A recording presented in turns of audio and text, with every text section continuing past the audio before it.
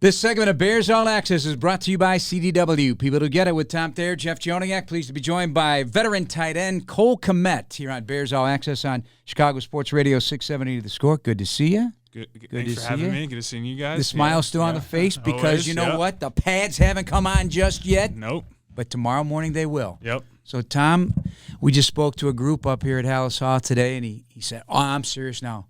It's a rough night's sleep before pads come on in the morning. I mean, it's a whole different seriousness, and you could tell the football player never leaves this now 61-year-old man. So is he right? Yeah, definitely. I think it's a whole new element. I mean, you had the pads and you know now it's getting closer to real football, and you know obviously minus the full tackling, but you get the pads on and you can see who can hit and the physicality of it. So it's on your head. It's in your brain. You think about it. You're going to go to bed tonight wondering. Well, I'm excited about it. So, yeah, I'm feeling good about it, and I know the rest of the guys are excited. So we got 2 more days here before an off day, so 2 days to get after it with the pads on, and we're looking forward to it. You know, no pad football, you kind of get the feeling what it would be like to be a professional basketball player, throw on a pair of gym shoes, pair of shorts, T-shirt, and roll. You know, you think about tomorrow. You know, you get your ankles taped a little bit tighter, a little bit more air in your helmet. You tape up your fingers and wrists, and, you know, the whole details of getting ready. And you can feel the intensity inside the locker room. Is that the way it is for you? Yeah, for sure. I mean, for me, this is the part of the game that I like to lean into the most, the physicality portion of it. So getting to that part of the game is exciting for me. You know, we've been in just helmets for way too long now, all off season, and now this first week and a half of camp, and now we're finally getting to the real stuff. So I got to ask you one fun question before Jeff gets all serious, because I was watching the Notre Dame baseball team in the College World Series this year. And then I'm thinking about you guys because we had a chance to ask Justin Fields about your experience at Wrigley Field. So when you were standing at home plate, because you have an extensive baseball background, did you think, okay, can I hit a home run out of the stadium? I've hit longer home runs before. How did all that kind of like filter through that experience of having your peers sitting there watching you? Yeah, I mean, honestly, I didn't know if anyone was going to hit one out. It's a lot harder than it looks, but you know, obviously we have some pretty good athletes on the team. But the wind started blowing out to left field a little bit, so I think that helped everybody out. But yeah, no, that whole experience was just awesome, and to be able to experience that with all of the teammates and you know, really, you know, everyone in the organization between the front office, you know, George McCaskey was out there shagging balls for us. You know, that's pretty cool as players when you get to see, you know, like a guy like George doing that for his players. So that's pretty cool. It pays off, though. You know, I think, to me, from watching this team through the OTAs, through the mandatory minicamp, now up in the training camp, it's a close group of guys, and you got to be close to be a good football team. Yeah, I think a lot of guys are here, you know, to prove themselves, and a lot of guys are hungry to do well in this league. So you got a lot of good mindsets on this team, and they brought in a lot of good people. So, you know, we've been meshing them all together, and we're excited just to see where this goes. Cole Kmet, our guest here on Bears All Access on Chicago Sports Radio 670 The Score with Tom Thayer, Jeff Joniak. Justin mentioned it a week ago when we spoke to him. He says, yeah, I feel like the team is closer already than his experience last year with it. Would you concur in some sense? Because I think it's a bunch of hungry guys that – outside, nobody's believing that this is going to be much of anything, right? This is what you guys are probably hearing from whomever.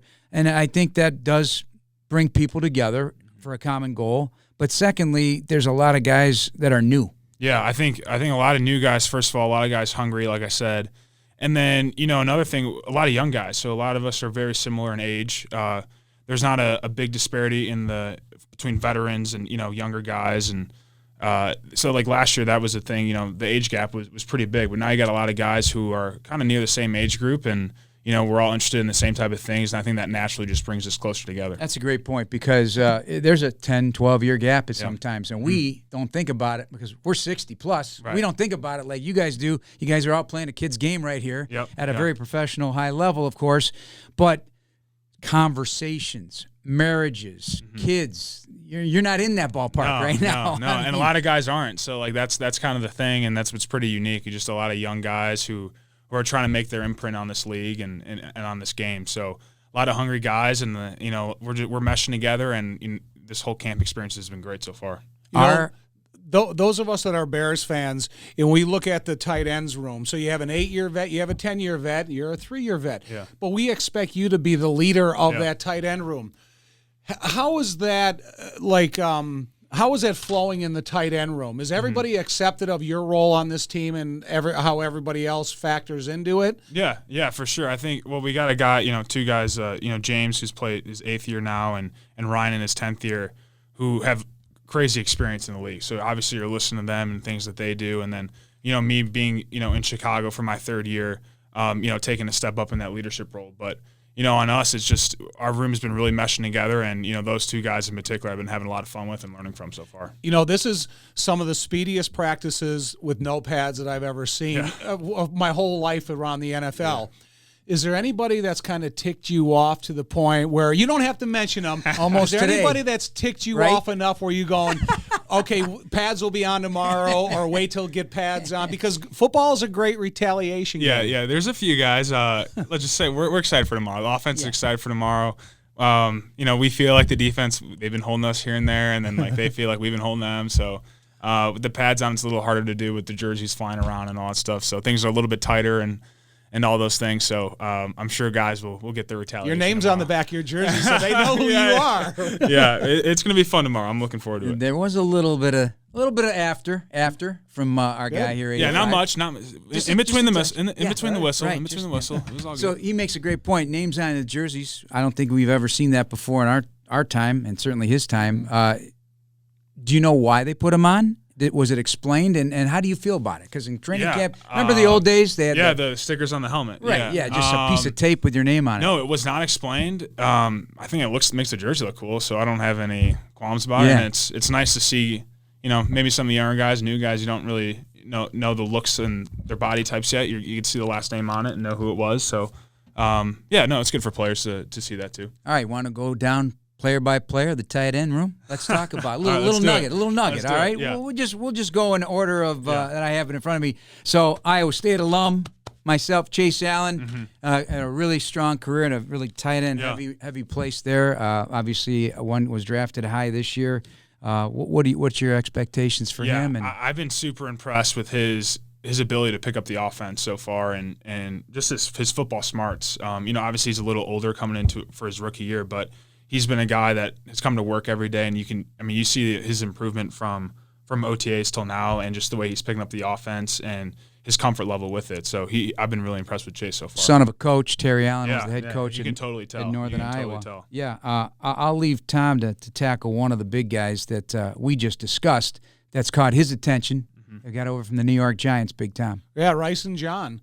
The dude's a big guy. Yeah. They got him listed here at 6'7". He's an interesting template, because he's similar to your body size. He runs well, and he just needs experience. When you see him in the meeting room, is he asking the right questions? When you go out in the field, is he carrying the information from the meeting rooms to the field? Yeah, definitely. I think he's a guy, like you said, with the body type. There's so many different body types in this league at the tight end position, and he's got that lengthiness.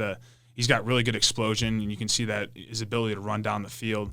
And he's kind of getting a feel for this type of offense and being able to do the wide zone stuff, the power stuff as an inline guy, but also being able to split out and do more of the receiver stuff, which I think he's definitely more comfortable with. You can see more of a basketball background with him and his ability to box out guys and do those type of things. We get him in the weight room, get him in the right diet. You could see a Jimmy Graham in him in a 2-year period. Yeah, for sure. He's got length. He's already a big dude I think he's somewhere near 260. So, it's a big guy already, and he can probably put some more weight on, too, and still be able to run the way he does. Well, you and Ryan Griffin are pretty much the same size and weight, it says on here. Maybe it's not accurate, but 6'5", 257. Are we in that ballpark? Right in that ballpark, yeah. But, again, a lot of experience. Yeah. He's been in multiple systems, and then might as well group it in with James O'Shaughnessy, also in Naperville North product, so another local guy. Yeah, Ryan's been great for me. He's a true Y coming from New York, and his footwork in the run game and his ability to understand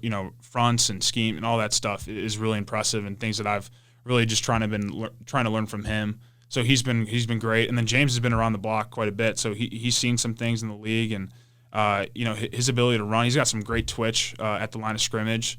So, both those guys learn a lot from them and, just their experiences in the past. Now, Cal rookie Jake Tongas is listed as a fullback slash, so he's 6'4 plus, but he's caught my attention too, some speed on that guy. Yeah, he does.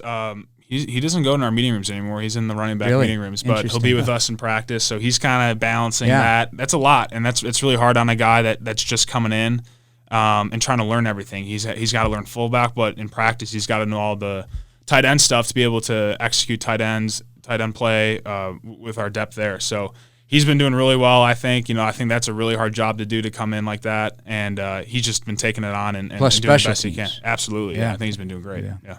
I see you line up still on kickoff return. I don't want to see you on kickoff return anymore. You're a tight end. So, there's been a lot said about the outside zone running play in this football team, and it's going to involve the tight end. And then I believe you went back to the tight end camp with George Kittle and stuff. Yeah. Can you talk specifically about that play to the other tight ends there? Or is this more something that you're specifically learning here in Chicago in the meetings that you're being taught that play? Yeah, so that wide zone stuff, that's something that George runs all the time. Right. And that's where he makes his money in the run game. That's what he's known for. And those big blocks you see him make, those are all wide zone plays. Right. So, you learn a lot from George in the meeting time there, just about the wide zone stuff and how he's able to run off the ball, where he's putting his hat placement, how he's working with his tackles, getting off the snap count, things like that. So there's a lot of things that I was able to pick up there from George, because it's the same type of run scheme with that wide zone play. If you block that play successfully, I got to believe it's going to open up more pass-catching opportunities for you, just because of the deception and the concern of stopping that play. Absolutely, and you see that with George all the time. Running off the ball, run, and then leaking out for a pass, and he's wide open. He's got an extra step on the linebacker. That's definitely something that I want to take advantage of, and things that we've been working on here in camp so far. That's Cole Kmet. He's Tom Thayer. I'm Jeff Joniak.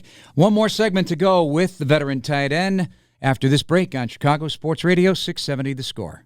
This segment of Bears All Access is brought to you by IGS Energy. Choose clean energy for your home at IGS.com, because every good choice adds up to a better world. With Tom Thayer, Jeff Joniak, and our guest, Cole Kmet, for another segment here. We're talking about everybody else. Where are you at mentally, physically? How do you feel? And all the work you did in the offseason, is it transferring to the practice field? Yeah, no, I'm feeling good right now. Definitely in the best shape I've been in since I've been in the league, so feeling really good. And really just been working run game, pass game stuff normally, and working on my releases and things that I've seen showing up in camp so far. So that's been great to work that in the one-on-one drills and even in team drills. So feeling really good with where I'm at, and obviously building that chemistry with Justin is going to be big for me. Yes, it is. And I talked about this with Tom this morning.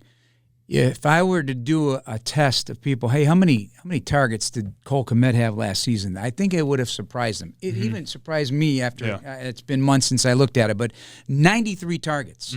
I looked at Kittle's. He had 150 in San Francisco. So I'm assuming it's going to go up. I just feel that way. And, you had 60 catches. You tore it up from week 9 on in terms of targets, catches, yards. Obviously, I know we talked about you've talked about it at the podium with the media. The touchdown thing, that's going to change. Yeah, for sure. Are you envisioning a major role here, like some of the other frequently used tight ends in this league? Yeah, I think I think I see the versatility that a tight end can be used in this offense. And obviously everyone wants to talk about the pass game, and obviously I want those numbers to be great. Just for myself, you want that, but there's a big role to play in this run game, and that's going to be a lot of fun, and that's going to be something that we're going to be lean on heavily. So. And I know if I commit to that and able to do those things in the run game, it's going to open up, like we talked about, a lot of things in the pass game. So really committing to that run game and, doing whatever's asked. If we got to run the ball 40 times a game to win a ball game, let's do it. Amen. I'm all for it. So I know everyone in this new age with fantasy football, they want numbers and all that stuff, but my job here, we're here to win football games. So I'm here to do that, and whatever that is. If I got to catch 10 balls in a game, or if I got to block 40 times in a game, I'm willing to do it. So. What about if we just condense the field down to the red zone? Yeah, because that's where Cole Kmet needs to make his money. You're a big target. You're that kind of a comfort target for a young quarterback in Justin. What's the difference? Like last year when you got into the red zone, did you expect Jimmy to go in the game? And so now this year when you get to the red zone, Cole Kmet's going in the game. Yeah, I know. Obviously when you have a guy like Jimmy, arguably one of the greatest red zone threats of all time, you're going to try and use him in the red zone. So, that was one thing. And then, this year you can see the different schemes and stuff that we're putting in the red zone, which is really exciting, and really things off the run game as well too. So that's going to be pretty cool. So I know that's going to change this year in the red zone, and I'm looking forward to that. Do you watch basketball? Yeah, I do, here and there. Do you ever watch like a big body basketball player and somehow how they maneuver themselves in between the defender and can you ever take anything from that? Because when you talk about Jimmy's background and you talk about what your future is going to be, that's something I've gotten with Jimmy before. Obviously with him here this past 2 years, is how he goes about those fade balls in the red zone and scramble drill and things like that. Him just using his body and posting up guys and being able to create distance between the defender and the ball. So those are things that you can pick up and use your length and body in the red zone legally and to be able to make plays. Right. So it is the family business for the Kmets football. Football, dad, uncle, Cole. It's something else. So you're going to be facing Uncle Jeff this year. The defensive line coach in Washington, Jeff Scanina. Yeah. Has that been a discussion at any point when the schedule came out? He texted me just the other week. We were going to meet up for dinner or something, but it didn't work out. And he was like, "All right, well, we'll see you in October." So we're looking forward to that. That should be good. I believe that's here, correct? Mm-hmm. Yeah. Well, you got to admit it's a tad weird because he's the D-line coach. You know, you might have to be hooking some guy on his. You know what? It's going to be interesting. Yeah, no, he's going to good. sit here in a meeting talking about 85 on the Bears. Yeah, hey, and it's his nephew. There's a better chance of me and Jeff having contact than there is Cole and Jeff. No, not Jeff. Yeah, but I'm saying though, on tape he's going to be in a meeting room saying, "Hey, you got to, this guy does this well, but here's where we can, And then I'd love to know if he would ever tell you. Hey, maybe that's weird for him, but maybe he'll tell me some stuff after the game that before the game, I'm sure he's going to be giving everything he can to his guys to help them win. Well, I think it's more Ron Rivera when he gives the game speech about a little bit about each player. He can't say anything bad about them because Uncle Jeff is off limits indeed. Now I don't know how you're going to answer this, but to be blunt, are analysts underestimating what can become of this team? I'm not saying that we're the unknowns here. Yeah. Right? It really is. Yeah. It's so many new faces, new coach, new schemes, but internally just what you're feeling from the guys because you guys know first before anybody else what is going on. Yeah, I think we're feeling good. We're feeling good about where we're at. I thought we had a really good day today offensively. You can see just the execution side of it getting better and better each day. Now, was it perfect today? No, but you can see everybody kind of growing in their role and really figuring this offense out. So, we got some time here before first preseason game. We're going to use these preseason games to continue to grow. But we're feeling really good with where we're at, and we'll let these guys keep talking, do what they do. They got a job, whatever opinions they got. But that's not our focus. Our focus is within this building, and we're just going to keep going here day to day, and we know what we're capable of for sure. Does it feel like a young team? There's only a couple of guys on your full roster that has double-digit years of service. Mm-hmm. Does it feel young, or does it feel like there's a group of guys that have enough experience where it doesn't seem young, it just seems like a fresh team? Yeah, that's a good question. It definitely does feel young in terms of just the amount of young guys we have, but you feel those veteran guys, whether it's Cody, a guy like Lucas Patrick that's come in, Ryan, obviously, Eddie Jackson on the defensive side, Roquan, who's now going into his 5th year, but it feels young, but it also feels fresh, but this is all in a good way, though. 5th year, that's still young. No, it is. You're a 3rd year guy. No, it is, yeah. But it's definitely new, definitely fresh. But I don't think that's a negative or a bad thing. It's just a lot of hungry young guys, wanting to prove themselves in the league. Listen, when again going back and watching practice throughout this offseason, when Matt was introduced and he talked about the running shoes, you didn't know how to take it. It's almost like you had to see evidence of it. Yeah. Damn, I've seen a lot of evidence of it. You guys are practicing hard. Yeah. And it's amazing, from individual drills to 7-on-7 to all your responsibilities, even when you guys are going through special teams today. It's full speed. It's fast. I'll tell you. I mean, we all saw what the practice scripts were, and we were like, "Oh, that's not bad." We're only out here for hour 45, 2 hours, but I mean, it is go the whole time, and that's great. It gets us on off the field quickly, but you get all your work done efficiently, and but but you're getting conditioning as well. So it's a fast-paced practice, but I think they've been going well so far. Yeah. Cole Kmet, our guest here on Bears All Access on Chicago Sports Radio 670 The Score. Jeff and Tom with you. Give us some insight inside that room when you're talking as a full offensive group with Luke Getsy and, of course, Jim Dre and Tim Zetz, who also come over from Green Bay. Yeah. Well, obviously, Luke, when we're in our full unit meetings and things like that, he's been a great leader, and guys have been really responding well to him. I know personally I have, and there's a lot of respect there for him for guys across the board. In our unit meetings, personal meetings, position meetings with Jim Dre and Tim Zetz. Jim was a guy that kind of made it in the league here. Grinded through with the special teams and was able to get on a team that way, and then made himself into a Y and things like that. So a lot of respect for Jim, and his knowledge of the game has been awesome for me. And he just feels, we were asking why come back and coach. You get that with players. He's like, well, I just felt the need. I had all this knowledge about the game, and I wanted to pass that on, and so now we're on the receiving end of that, and that's been really cool. And then Tim Zetz, who's been with Luke Getsy for a while, roommates I think at one point in like college or something. He's been great with us, in the past game, kind of with that transition. Him knowing Luke and knowing the offense really well. He's been great in the position meetings as well. Saw Luke at the Bears alumni golf outing. Dude can crush a golf ball. Really? Yes. Can he? Yes, he can. Okay. So, one of the most attractive parts of practice for Jeff and I is we stand right inside the one-on-ones between offense and defensive line. And I think I've seen the tight ends over there a couple times. Yeah. Is there a chance that we'll see the 80s lined up there for one-on-ones? Yeah, we'll be over there, I think, the next couple of days or so. I know Ryan was over there 2 days ago.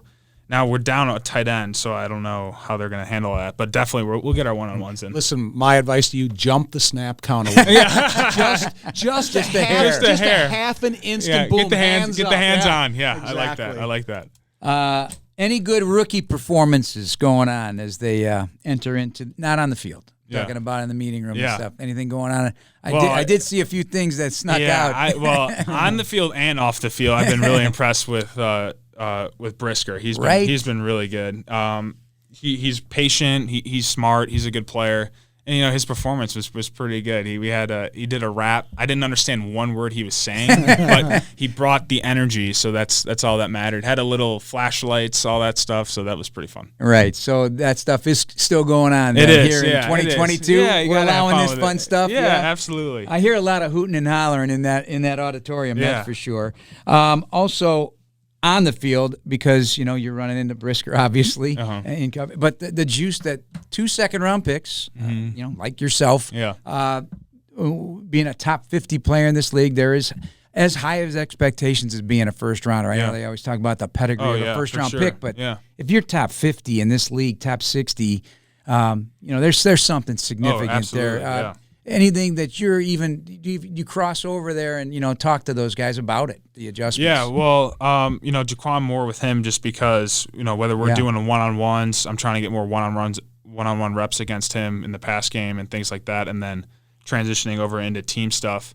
Those guys are just quiet workers, and you see that, but they're going hard the whole time, and they're ball hawks, and you've been seeing that in practice. So that's been really impressive, and I'm sure they're going to do well in this league as long as they keep their head to it. Have you ever there's any type of indication of the amount of reps that you'll get in preseason games, or is that too far removed from the point we're sitting here today to know anything about the preseason game? It's different because in my era, how many games you had, now you got 3, and you kind of got to capitalize on the reps, especially how many young guys that are auditioning for the Bears. Yeah, absolutely. We haven't heard anything in terms of that right now. I'm sure we'll get. When we get there, we'll get there. I'm not too worried about that. I mean, whatever the sports science team here also that they've brought in has been great so far. With you see how they manage the older guys and all that stuff, and that's been really cool. How they're on top of me with everything, with my weight after practice, and how I'm hydrating, eating. What I'm doing in the weight room. So I'm sure the sports science team, obviously coach and the front office, they'll figure that all out, and we'll just trust what they tell us and whenever I'm out there, it's full go. All right, lastly, we'll let you go. Appreciate all the time as always. We enjoy the conversation with you indeed. Anything you binging in the hotel? No, nothing right now. I'm a little embarrassed about this. I just got into the Bachelorette stuff. Now That's all the time we have for today's show. I'll tell you what. Really. It's insane. I can't believe people Yeah, like that's right? it's gone on for this long. It's really bad television, but it's really like good bad television. So that you can't stop watching. It's like what are they doing? Before my mom passed away, we used to watch that show religiously. Oh my And there's gosh. a Not thing me. that you can look up online, and it's like Spoiler Steve or somebody and so I would tell my mom what would happen, and then she would kind of tease her older lady friends about So hey, I think we all the fact go you through even that. know that and you're not a social media guy at all is impressive. Well, one of my buddies said, "Hey, go look up this person. They'll tell you what happens." It's insane television. Insane. Insane. Something for everyone. Yeah. Hey, you got an off season. Yeah. That could happen. I know. Right? That could happen. That's for sure. Cole Kmet, our guest.